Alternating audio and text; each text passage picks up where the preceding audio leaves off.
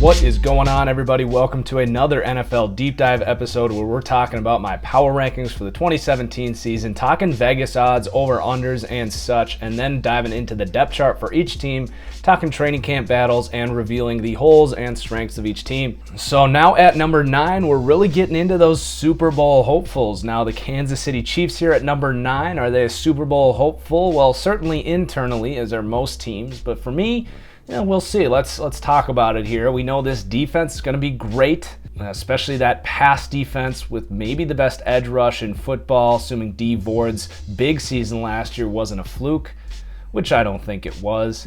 And you got Justin Houston, who really wasn't really healthy last year at all, and then Eric Berry back there. I always talk about the importance of a pass rush, but how about the importance of a double trouble safety like Eric Berry?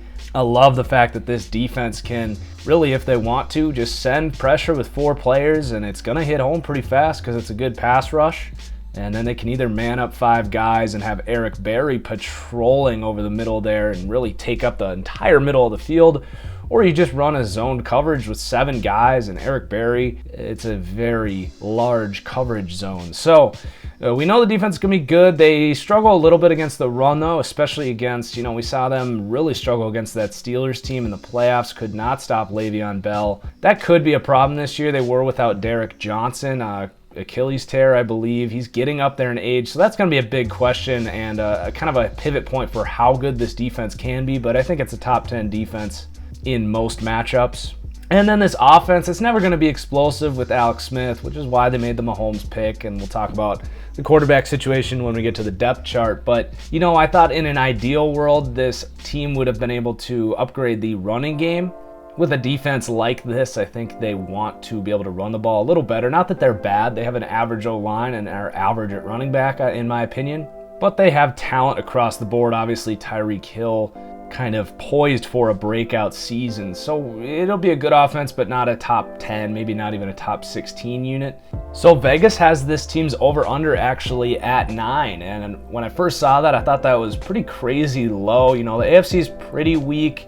There's a lot of teams that could be much improved. You got the Colts, could be better with Andrew Luck healthy. Texans, J.J. Watt back. The Titans are on their way up. That's really 3 teams that are now in the picture here. Don't really know what we're going to get from the Dolphins under Jay Cutler, but the Bengals should be better. The Ravens are always relevant, and then this division alone is incredible. So I thought it was a little low at 9, but then you look at the schedule, and man, this Chiefs team is getting put through the ringer this year, and I don't know if Chiefs fans have been complaining about this, but holy hell, this schedule is almost impossible. I don't think there's many teams out there that would even finish 500 with this schedule. I mean, just look at it. You got at Patriots, Eagles, Chargers, Redskins, Texans, Steelers, Raiders, Broncos, Cowboys, Giants to start. I have almost all of those teams in the top 12 of my power rankings. They get a little bit of a break with the Bills, but they're not a joke. They can run the ball too, which we know is not the Chiefs' best suit in terms of their defense. They get the Jets. They get a win there. But then they finish up with Raiders, Chargers, Dolphins, and Broncos again. This is going to be really, really hard for the Chiefs. And while I have them here at 9 in my power rankings, and I'm almost reacting to this live because I just looked this up before I started this recording, but I honestly don't know if this Chiefs team is going to get to 500 this year just because of this schedule.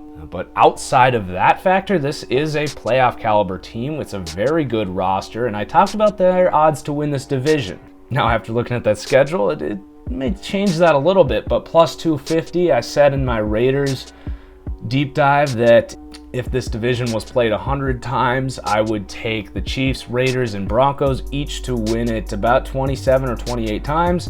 The Chargers might play a factor. There's kind of some weird voodoo going around that team with the move and these injuries, so I don't know how I feel exactly about them, even though those that have followed this channel know I love the Chargers. Anyway, I digress. It's going to be a tough year for the Chiefs. They're going to be a really good football team. They're going to compete. But in terms of gambling, I'm staying away because of this schedule. And the Super Bowl at 25-1, unless Patrick Mahomes ends up starting and is incredible, I don't see this team winning the Super Bowl this year. So let's talk about this roster here. It's not a pessimistic outlook for this team.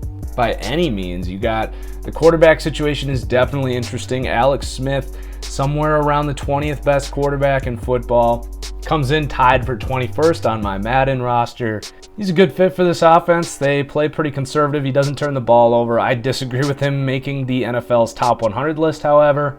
We saw this team looking to replace Alex Smith because it is hard to win a Super Bowl with that quarterback. So they draft Patrick Mahomes, they move up to get him, they give up a first-round pick to get him. Now, I do think this is almost as good of a fit as you could have asked for a guy like Pat Mahomes, who I am very confident in saying needs to sit for at least a year coming out of the Big 12. We know about the tools. He's an athletic guy, freak arm. Donovan McNabb praising him, saying he could throw a football through a car wash and it wouldn't even get wet. So the upside is there. I think in an ideal world, he sits this whole year. The Chiefs are staying competitive, winning football games, and they can let him sit and develop under Andy Reid, who's an offensive genius. And I would be really excited. I am really excited to see what this offense becomes when they do go to Pat Mahomes. I think next offseason, if everything goes to plan, it is going to be really the most talked about feature of the NFL offseason will be Alex Smith versus Patrick Mahomes. And I would not be surprised if Mahomes wins that outright, especially with this schedule. If this team misses the playoffs this year, they're going to be a little more eager to move forward. So Tyler Bray, Joel Stavi, the backups here. Moving on to running back now. I really like Spencer Ware. That was maybe my best call of the season, with him being kind of third around this time last year. I went back and watched his film from the year before, which would have been 2015. Loved him. I think he has a good enough athleticism, great vision, power, ability to catch the ball. So I proclaimed that he was going to take over the starting role here, that Jamal Charles wouldn't stay healthy, that we'd beat out Charkandrick West. Sure enough, that happens, and for a while I was looking like a genius. He gets hurt. Now he is still the starter, and I still like Spencer Ware. They draft Kareem Hunt, ironically, another player I really loved in the draft. So I like that duo of guys. The thing is, I don't think Kareem Hunt, it's not like a Samaj Perine, Rob Kelly situation in Washington where the new guy is a better athlete. I think Hunt and Ware are pretty comparable athletes. We know that West is going to get involved at least a little bit on like third downs. So I don't know with Hunt. He's being drafted really high in terms of fantasy, and I'm actually staying away from Hunt. Even though I think he's a really good player, I think he's a very similar player to Spencer Ware. I think they both have really every trait you want in a running back. I think Spencer Ware has the upside along with Kareem Hunt, but Ware's going to have the opportunity, it seems, to at least reach that CJ Anderson, Carlos Hyde territory as a top 12, top 10 running back. I do really like Spencer Ware. I think he has a good season. And he's a guy that I would definitely be targeting in fantasy. You do have to be aware of Kareem Hunt. Unfortunately, you do have to spend a higher pick on Kareem Hunt. But that's enough fantasy talk there. You got CJ Spiller. Does he make the roster? I don't think there's much juice left in the tank for Spiller. On to the receiver now. Tyreek Hill primed to really emerge as a true superstar. First round talent that fell for the reasons we all know. Seems to have that all behind him. Now, Tyreek Hill was a guy in last year's preseason around this time of the year.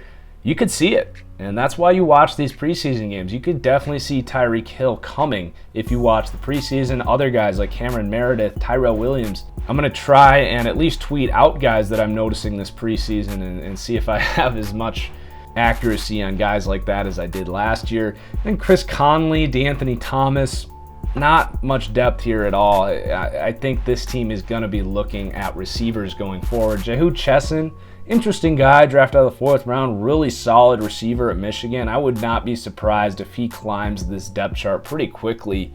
This is going to be sort of a last chance year for Chris Conley.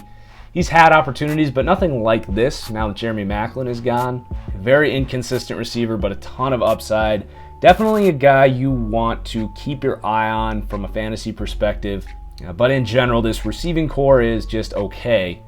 And then this offensive line also very average in terms of what you want. Ideally, I mean, Compared to the rest of the league, it might be above average or even good because very few teams do have good offensive lines right now. This team left to right is very solid, though they don't really have any superstars. Eric Fisher, a fine left tackle. The left guard is definitely a competition right now, a very interesting competition. You got Zach Fulton, who was pretty good, tore his ACL. He's competing with Parker Ehringer, currently injured, and then Brian Witzman, currently listed as the starting left guard by the Chiefs' unofficial depth chart release. So that's going to be a big competition, but it should be a good player who ends up winning that out, especially with a three-deep competition like that. You got Mitch Morse. Zach Fulton can also play some center. Mitch Morse kind of primed to become a breakout, one of the better centers in the league.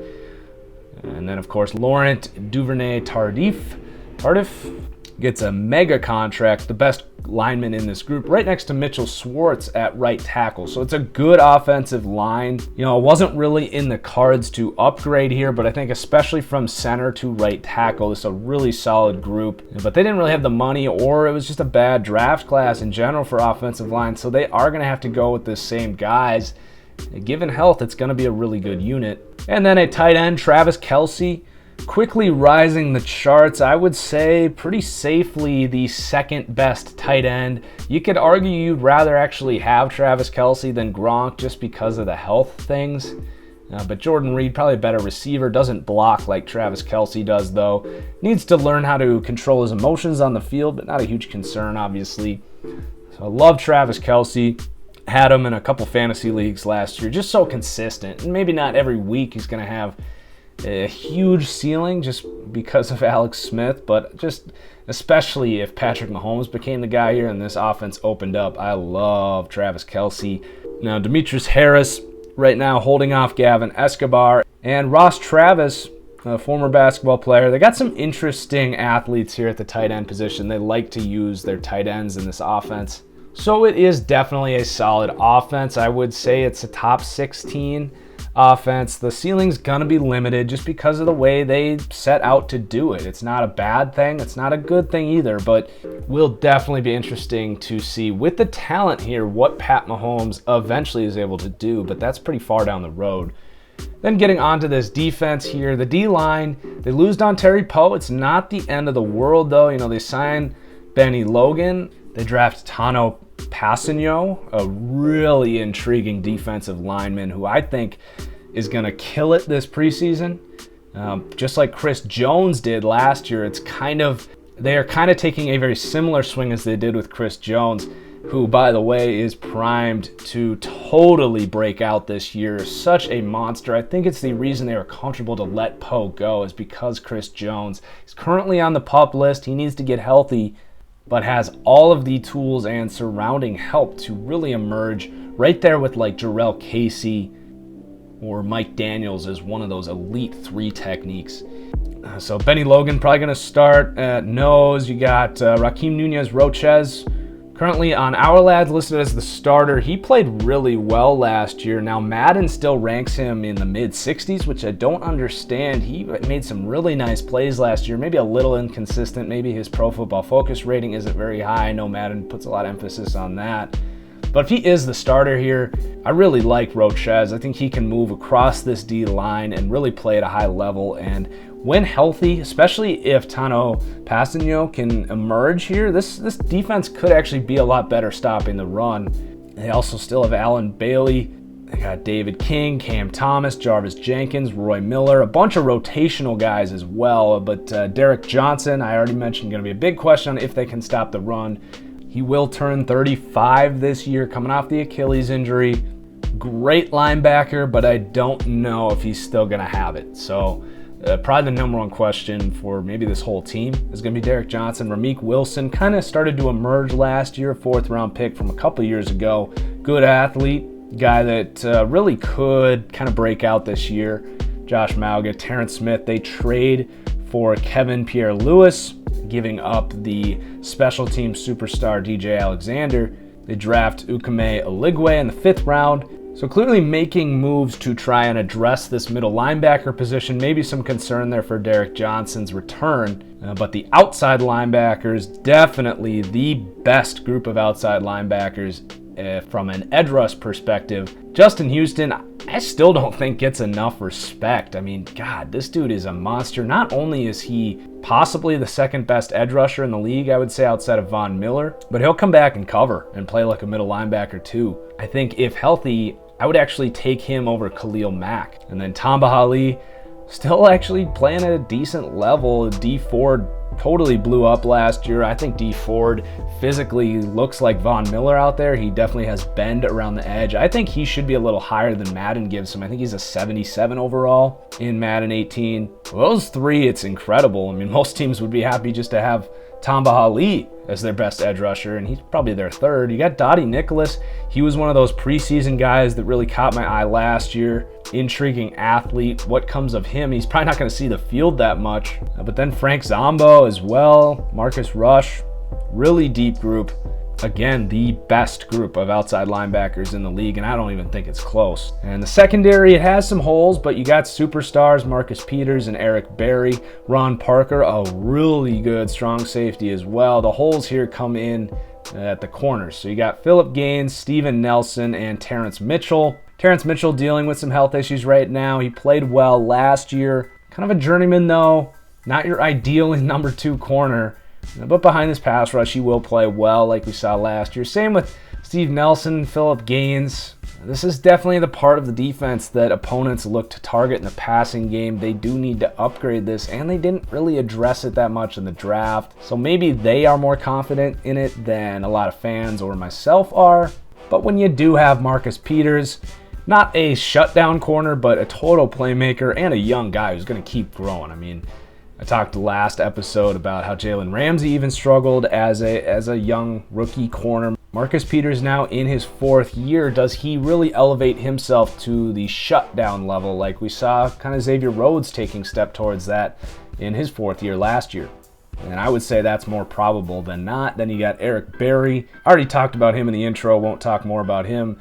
But Ron Parker, really good in run defense. And then a little extra shout out to Daniel Sorensen, who gets on the field a lot for this team. They paid a decent amount of money to bring him back, and I just love what they can do with this team. As a deep cover safety, he made some big plays last year. He's got some range, but he's a bit of a bigger dude too. You can come up, have him come into the box. Maybe he helps out this linebacking group coming in. You got Eric Murray developing out of Minnesota, a 4th round pick from last year, a really good athlete, converted corner.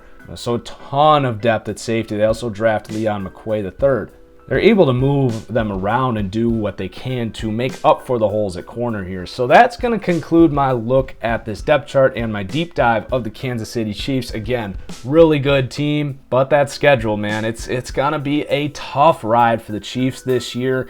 If they have a good year, by no means will I be surprised. I think they have just as good a chance as most teams in this division to win the division. Chiefs fans, let me know any players on this depth chart that I missed out on talking about. Any players that I was straight up wrong about, let me know. Be reasonable though. And other NFL fans, where do you think the Chiefs stand this year? Do you think they make the playoffs? So that's all I got. Cheers everyone. We'll see you next time.